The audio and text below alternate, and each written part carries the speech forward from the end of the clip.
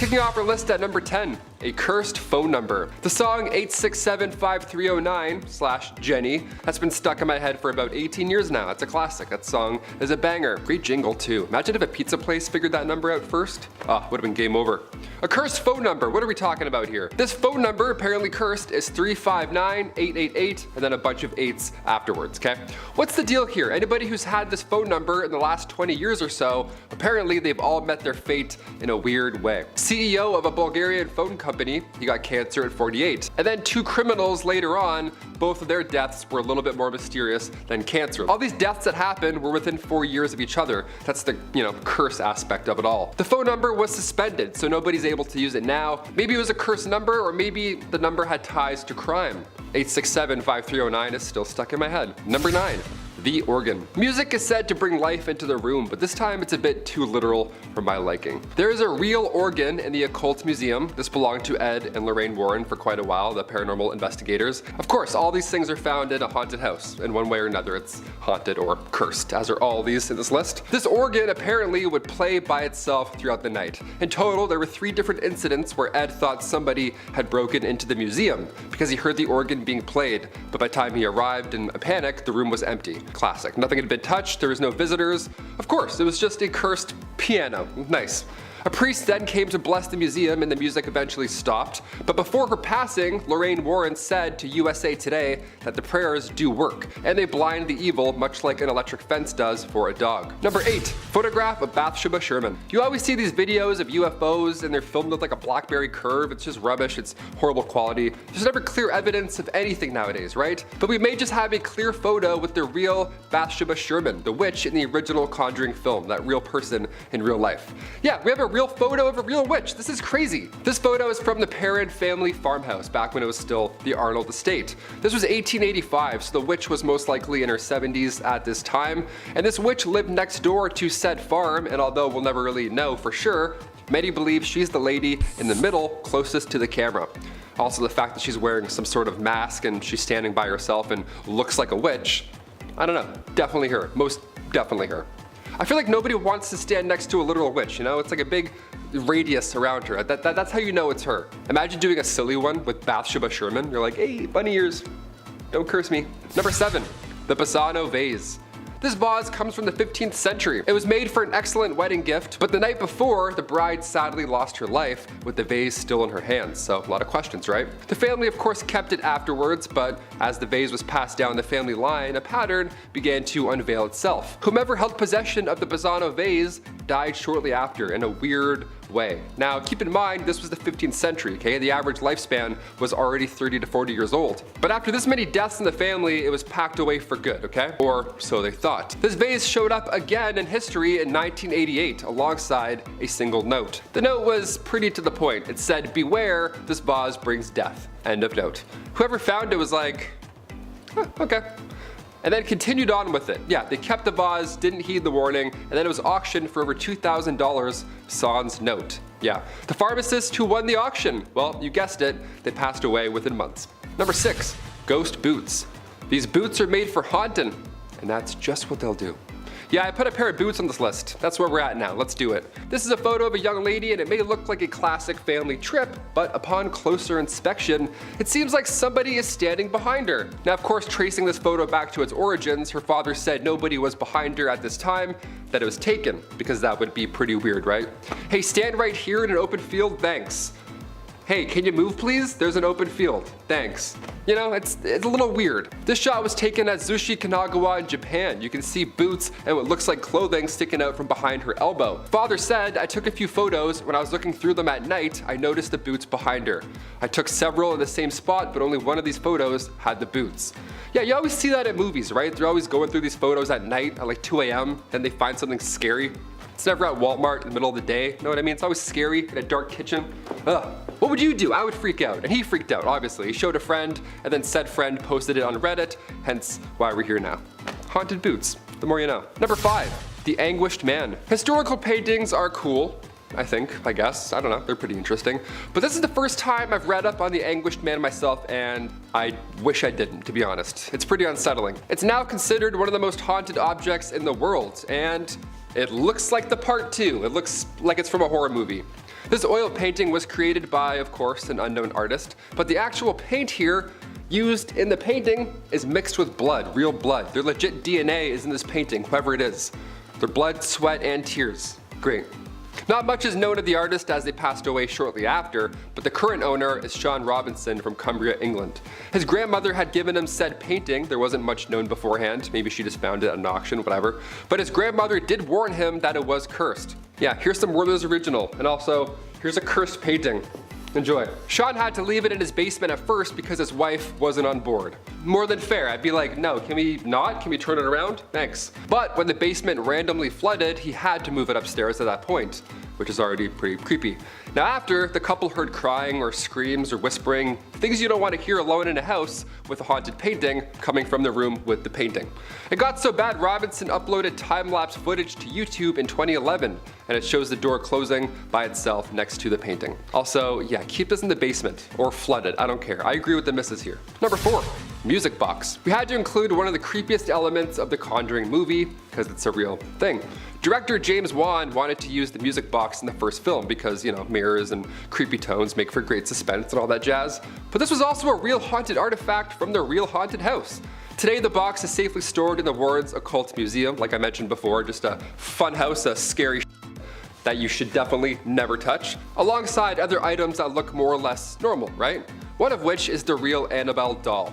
This part of the movie actually scared the shit out of me. Any mirror scene, I can't do it. I end up eating my hoodie. They always do it slow too. I hate movie scenes that include mirrors. But this is real life though, you can't forget that. This music box actually caused a lot of trouble for these poor girls. Specifically April, youngest of the Perrin family. She found this unique antique in the house and then she used it to communicate to another spirit. A spirit that just happened to be named Rory. Yeah, it's a great haunted name, Rory. Nice, it's not friendly at all. In the movie, this was a happy ending, whatever, but in real life, the Bathsheba Sherman case was never resolved. Number 3, the Hope Diamond Curse. Coming from the 1660s, here we go. This curse began when a gem dealer named Jean-Baptiste Tavernier bought this large diamond when visiting India. Or so he said, he bought it. The origins of the diamond were unknown, but it didn't matter. This beauty was just sitting there. Well, later on, after he got the diamond, rumors started spreading throughout Europe and the United States that Tavernier actually stole the diamond from a statue of a Hindu goddess.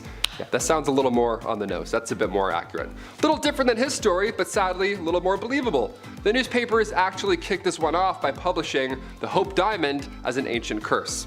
That ought to help, right? That spreads the word, I guess. The diamond at one point ended up in the hands of King Louis XVI and his wife, Marie Antoinette. Now, if you don't know about them, they were, they had some rough history happen with their heads being off their body and stuff. They lost their lives during the French Revolution, to say the least. The guillotine dream team, that's what we call them. The stone then went to Lord Francis Hope come 1839, and by that point it was deemed cursed. This is when it got the name the Hope Diamond, right? They ended up selling said diamond shortly after being reduced to poverty, and then Evelyn Walsh McLean bought the stone in 1912. Shortly after that, her son was killed in a car accident. When the stone was delivered to its final and current home, the Smithsonian, back in 1958, the driver who was delivering the package was later hit by a truck.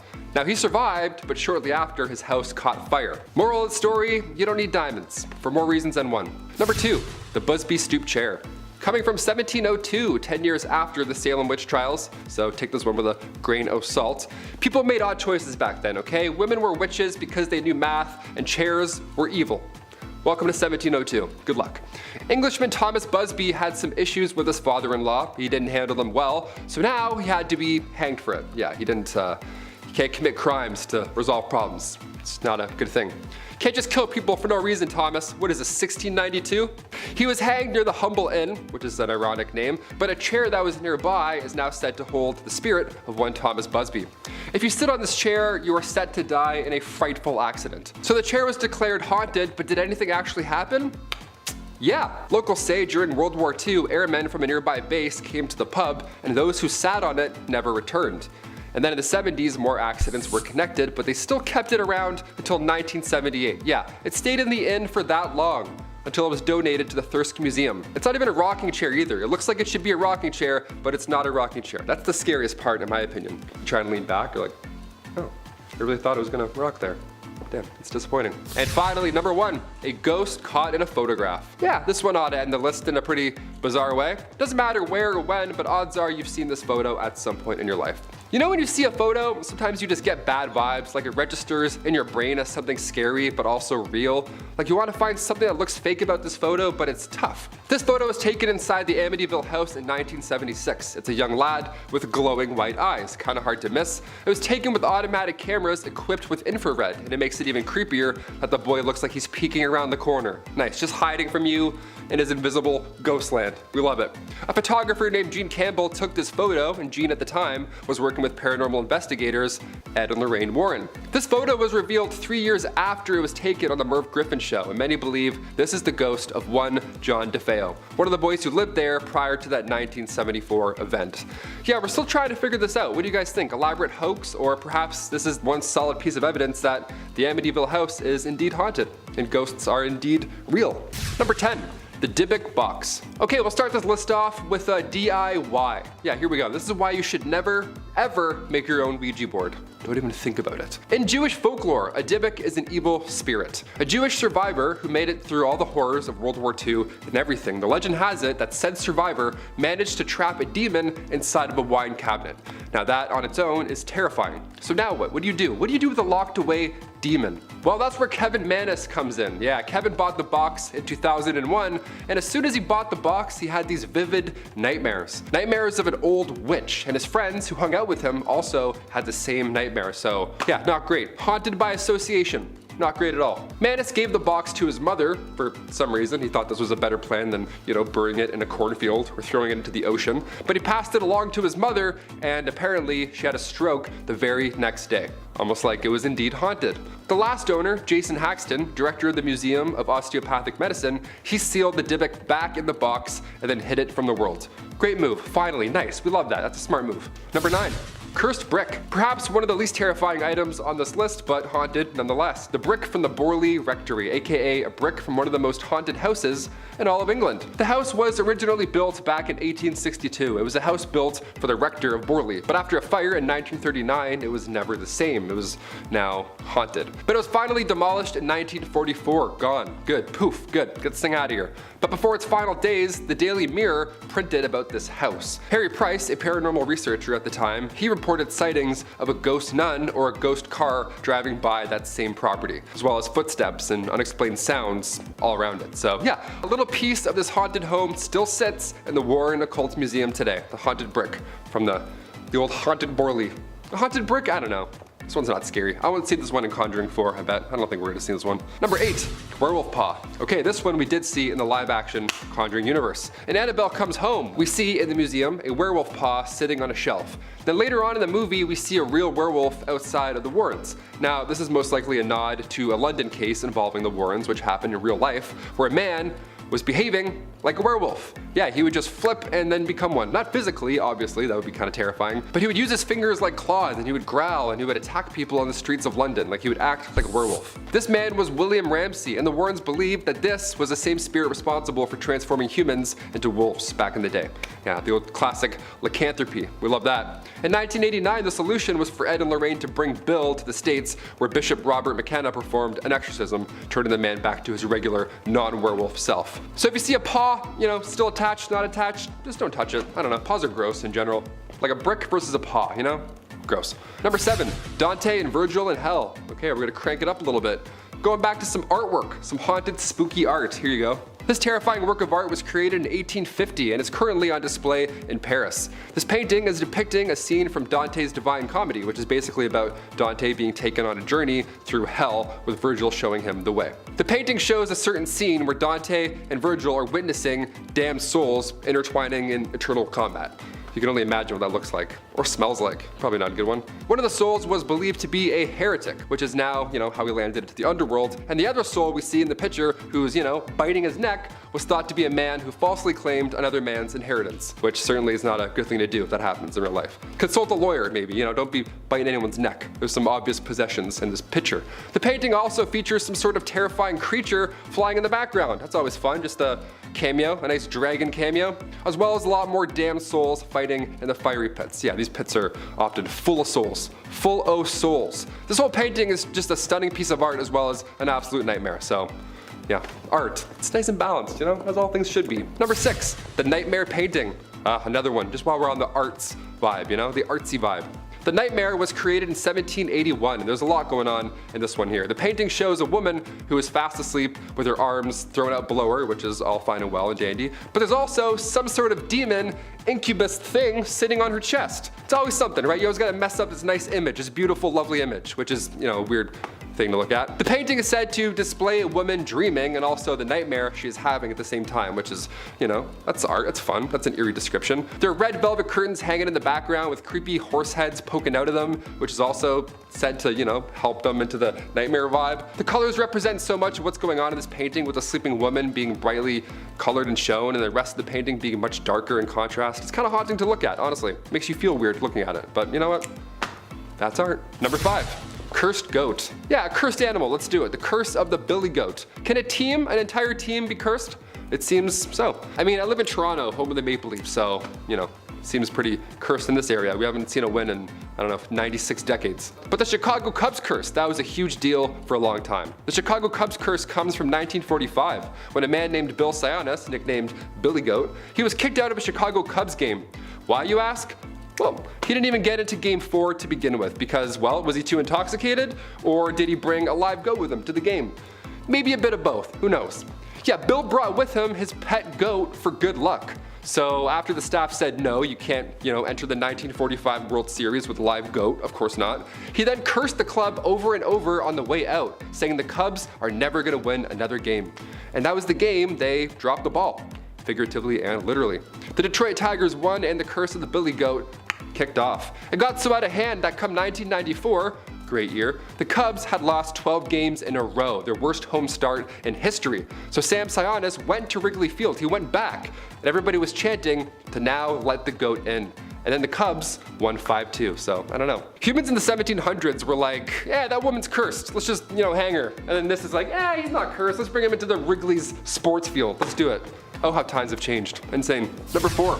The Dark Mirror. Wasn't this the second Thor movie that nobody liked? The Dark Mirror is part of a fun little collection, the world's only mobile museum of the unexplained. Nice. Get your haunts on the go-go. This mirror supposedly doesn't shine bright like a diamond, but instead this dark mirror has a life of its own. The museum obtained it from the original owner who purchased it at a psychic fair in the Columbus area. Pretty solid place to get something like that, so yeah, it checks out. That same owner said the mirror reflected horrifying visions when gazing into it. Now, according to the museum, visitors also claim to have reported uncomfortable sightings, such as their own corpse when gazing into the reflective glass. Yeah, no spoilers, mirror. I'm only on season 27 of my life. I don't want to see how it's gonna happen. I had a crazy dude downtown tell me which day I was gonna die in grade 11 on a field trip. He was like, in 7 years, you'll die. I'm like, okay. And I was scared for 7 years. Was that a curse? I think that was a curse. Number 3, the Busby Stoop chair. Yeah, we gotta include a haunted chair, whatever. We threw in a brick, some pieces of art. Why not? Let's throw in a Busby Stoop chair. This chair comes from 1702, 10 years after the Salem witch trials, so take this one with a grain of salt. People made odd choices back then. Women were witches and chairs were evil. Welcome to 1702. Hit that thumbs up. Englishman Thomas Busby had some issues with his father-in-law and he didn't handle them too well, so now he has to be hanged for it. Yeah, you can't just kill people for no reason, Thomas. What is this, 1692? Idiot, read a book. He was hanged near the Humble Inn, pretty ironic, but a chair that was nearby is now said to hold that spirit of one Thomas Busby. Yeah, if you stood on this chair, you were set to die in a frightful accident. If you stood on this chair, you were set to die in a frightful accident. Nice, a nice frightful accident. You can only imagine. The horrors. You're actually at a haunted desk in this office. That's actually where I'm sitting. Kyle, you're at the haunted desk. I don't want to tell you that. So the chair was declared haunted, but did anything actually happen here? Honestly, yeah. Locals said during World War II, airmen from a nearby base came to the pub and those who sat on it never returned. I mean, may have had something to do with the war, but sure, like I said, grain of salt. But then in the 70s, more accidents were connected, but they still kept it around until 1978 for some reason, yeah. It stayed in the inn for that long until it was donated to the Thirsk Museum. It's not even a rocking chair either, it looks like an uncomfortable chair. Why people would sit on this in the first place, I don't know. Number 2, the Underworld. I'm not necessarily sure if I have to explain this one and how it's haunted, because the name kinda carries it for itself. This painting by Hans Memling was created in 1485, and it's, as its name hints towards, a little bit terrifying. This is one of 3 double-sided panels that were created, and it features a banner that reads, "There is no redemption in hell." Nice. I always wondered, now we know for sure, thanks. 1485 education. The painting features some sort of demon creature with fangs and bat-like wings, real comforting to see at 2 a.m. And then it features another entire face on its belly, which I've never seen before. That's very artistic, I love that. Its hands and feet are claw-like, and it's depicted stepping or dancing on the backs of people who are in the mouth of some sort of beast. Of course, also engulfed in flames the entire time. Obviously. This whole painting is absolutely terrifying to look at, especially for those who believe in the existence of hell. It would be extremely interesting to know exactly where these inspirations for this piece came from. Is it from a believer, a non-believer? I'm curious, how do you think of something and then go, oh, nice. And then for like 46 years, work on this haunting image. You know what I mean? Number 1, broken mirror history. Okay, we gotta talk about why this happens. It doesn't matter who you are, you've heard of this one before. You break a mirror, what do you get? You get a broom first, obviously, then you get 7 years of bad luck. Has this ever happened to you? If so, what year are you on? I'm on like year 5 and 3 and 7. I'm clumsy, I don't know. Ancient Romans believed that the human soul would renew every 7 years. That's where the whole 7-year thing comes into place when we do this. It takes time to repair the human soul, apparently. That combined with the belief that a mirror's reflection was the only way into the soul, well, now we have one guy historically who feels really bad for breaking a mirror. Therefore, we have a curse that lives on. And we still talk about it today. If you break a mirror, you're tearing the soul from the body and you're abandoning it. That's what you're doing. Yeah, you're not messing up your living room, you're abandoning your own soul. Tell your dad that next time you drop something. In Kazakhstan, if you break a mirror, evil spirits will haunt the person responsible for said damage. Nice, that checks out, that makes sense. They say you can't look into the broken mirror pieces afterwards because that is also bad luck as well. So if you break a mirror, you gotta just kind of do nothing about it. I don't know. Just gotta kind of sweep without looking at it. You're like, I think I got them all. I don't know. Just watch your feet, wear flip-flops for a week. I can't look down. There's too many mirrors now, honestly. Everywhere I go, it's just reflections. There's like mirrors in the back of people's phones. Ancient Romans had no idea what 2022 would look like. Do phones count? If so, I'm